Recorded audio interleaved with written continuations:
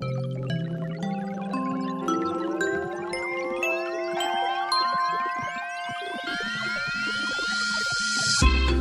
back. I'm Jane Walker-Wood. And I'm Catherine Raymock, and you're listening to Cowork Radio here on KZSB. We are a show all about the modern entrepreneur. And we are here in the studio with Dr. Umish Mishra, co-founder and chief technology officer of Transphorm. That's a global semiconductor company.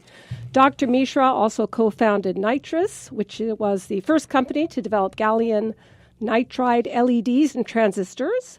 Dr. Mishra has received several prestigious scientific awards, is a professor above scale at UCSB. That's the highest academic rank in the UC system. It is such an honor to meet you, someone as accomplished as you having on the show. And I've been researching what you do. And in simple terms, am I correct in saying you are a world leader in gallium nitrides, which are semiconductors used in, among other things, LED lights? Is that really being simplistic, and now you're taking on the electric car? Everything is correct except the world leader part. Okay. So, gallium nitride is a magical semiconductor that is finding use in LEDs, the whole solid-state lighting revolution that got my colleague a Nobel Prize, Professor Nakamura. It took the place of silicon? No, actually, as far as the light emitting part, it took the place, it added to another semiconductor called gallium arsenide. But my current company, Transphorm, our team is actually trying to replace silicon. So in cars, electric cars. That's exactly right. So the light emitting part doesn't replace silicon because silicon does not emit light. But in my current company, you're absolutely right, Natalie. That's what we do. So my the way at least that I read it as well is the impetus for this is energy saving. So how do you try in layman's terms to tell us what is the lost energy that happens if you're using something a product that is not this semiconductor?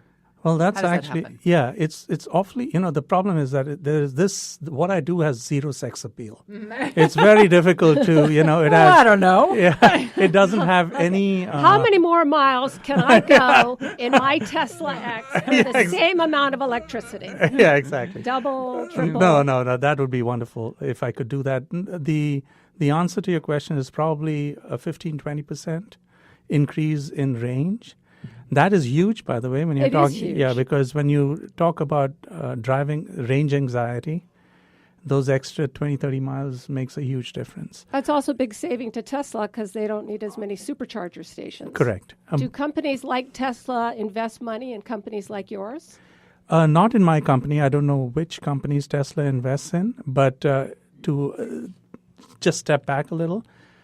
Yes, we are working on electric cars, but the impact of this is actually very widespread. So when you pay your electricity bill, what you're paying, you think you're paying for lighting, for example, or you're paying for, say, the heating.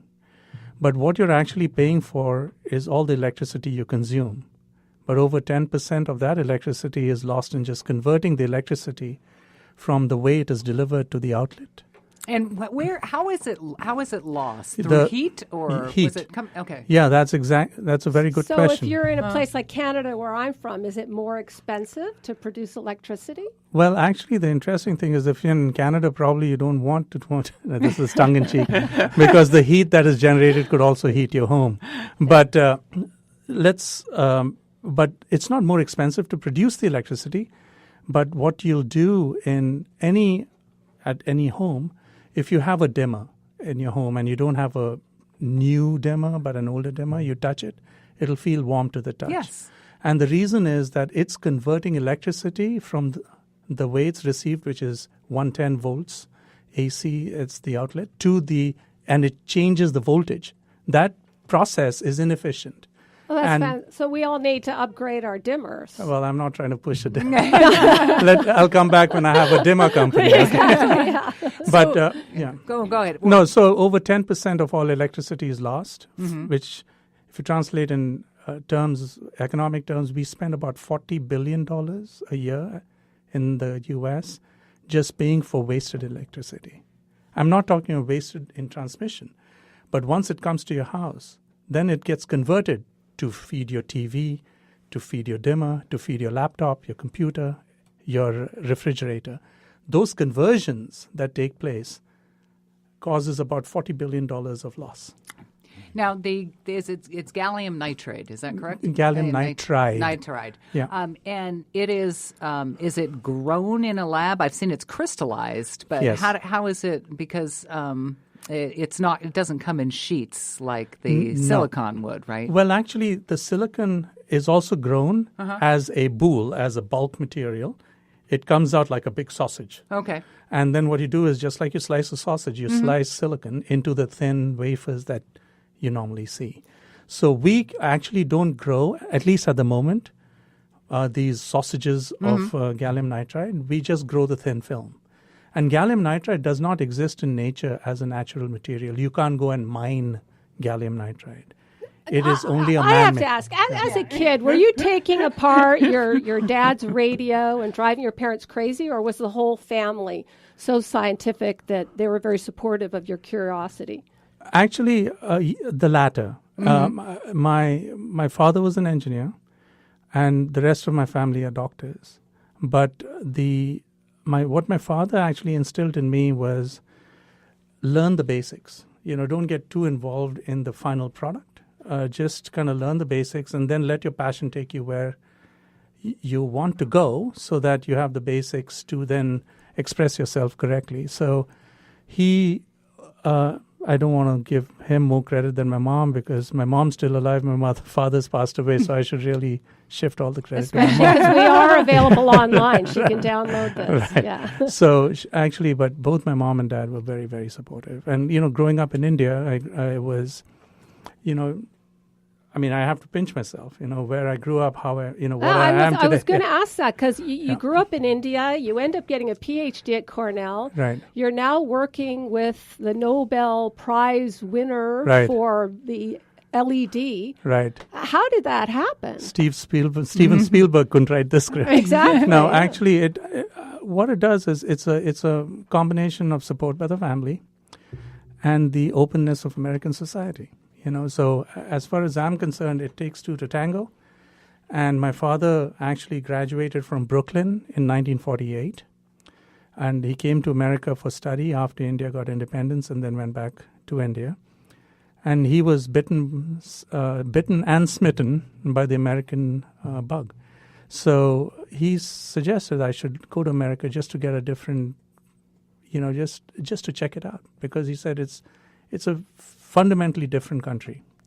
He was right. And then, of course, the thing is that, a lot of my research is funded by the U.S. government at the university, which what people don't realize is that there's a lot of public, even though now I'm a private company, I owe a lot to the U.S. taxpayer and the government to fund the high-risk stuff.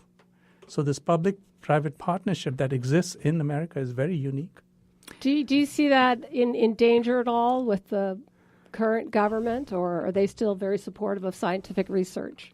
Hard to say because I think that the current government is involved trying to do things which are kind of peripheral. They're being involved in a lot of matters which don't really affect me, but of course affect society and the stress that we all feel, whichever side of the equation you are in. The previous administration expressly supported science and technology. I hope this administration has not made a comment on science and technology at all. So if they leave it alone, that's great. Okay. Okay.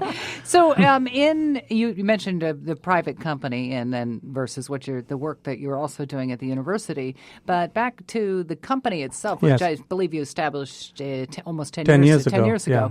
Yeah. And you're talking about a new semiconductor and all these things that are very scientific. But at the same time, you need seed money from people that might not necessarily be scientific. Correct. So how do you bring that message? You seem very personable. After I read your bio, I told you he probably doesn't want to make too much small talk, this guy. But you're a good face for your product also. But how do you do that? And what do investors that aren't necessarily tech savvy want to know from you? First of all, venture capitalists get a bad name. There are bad venture capitalists and there are good venture capitalists. And first thing you have to do is go to good venture capitalists. When good venture capitalists want to multiply their money and they also want to make a social impact. They're both human beings and financial machines. So what you have to do is kind of link the two. Like this is good for society and is going to make you a lot of money. And it will change the way the world is going forward. So I had to basically connect these three dots. It's a money-making proposition. It actually is good for society, and it'll change society going forward. Now, the changing society going forward has changed. My vision was I'll change data centers and make data centers more efficient. That's happening. But what has come completely out of left field is this tremendous electrification of automobiles. It has been one of the most exciting things. I mean, it's rare to be able to live through a transportation revolution. We've lived through many revolutions. A transportation revolution happens every 100 years. So what is the application of the semiconductor in an electric car? Everywhere. Everywhere. It is, and it makes the car very simple, and in some ways actually dangerous for other jobs. Like the Jiffy Lubes of the world will have to become more electrical than, say, changing oil and so on and so forth. I mean, there will be jobs, they just have to get retrained. Right. Mm-hmm. I just switched I had a Mercedes electric, which only goes 70 miles, and now I have the Tesla X. And I'm saying to everybody, I don't even feel like I'm in a car anymore. It's like a computer. It is. And it's not perfect, and I don't think it likes me. It's a computer with a personality. What do you see 20 years down the road? Computers that like you. But the fundamental things doesn't change. I mean, it is a moving computer. And you don't feel that when you're in a Mercedes electric. You just feel like you're in a regular car right. And it happens to run electricity. Exactly. So it depends what your starting point is. If you had a blank page and you said, I'm going to design an electric car, you do it differently from, I have a car, I'm going to just change the juice. That's clever, yeah. From gasoline to electric. So you don't mess with most of the car. You just do, whatever you need to do. So Tesla is definitely a pioneer. Now, it may not be the final answer. I think at the end of the day, what people are realizing about Tesla is Elon Musk, he's just a visionary. And, I wish him great success. But I think at the end of the day, the rest of the automobile industry will try to copy what is good about Tesla and then drive the prices down. If you look at a country like India, by 2030, they're going to prevent the assembly or manufacture of any gasoline car. Oh, wow. I did not know that. I didn't know they were so progressive. Wow. That's, yeah. Well, it's also a population. I mean, it's a necessity, too. It's a necessity. I mean, we had beautiful sunsets during the smoke-filled atmosphere of Santa Barbara the last couple of weeks. We have beautiful sunsets in India every day because it's always like that. Oh. So you have to get away from that. And electric cars, be it China or India, are...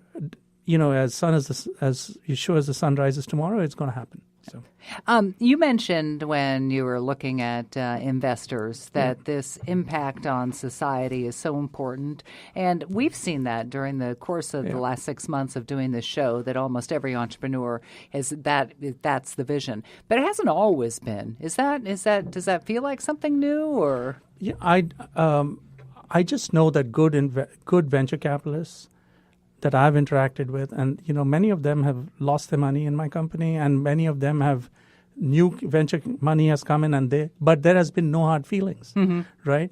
It's not been everybody is going to make money. There are going to be a bunch of people who'll make money, and a bunch of people not. Are you looking at taking your company public at some point? Is that a vision, or? It's on the table, public, or an exit with some other company, but. Who might want to buy our technology. And you'll come and tell us first. Yeah, I'll be happy to, and Santa Barbara, just to conclude, I know we're running out of time, is a fantastic place to do a startup.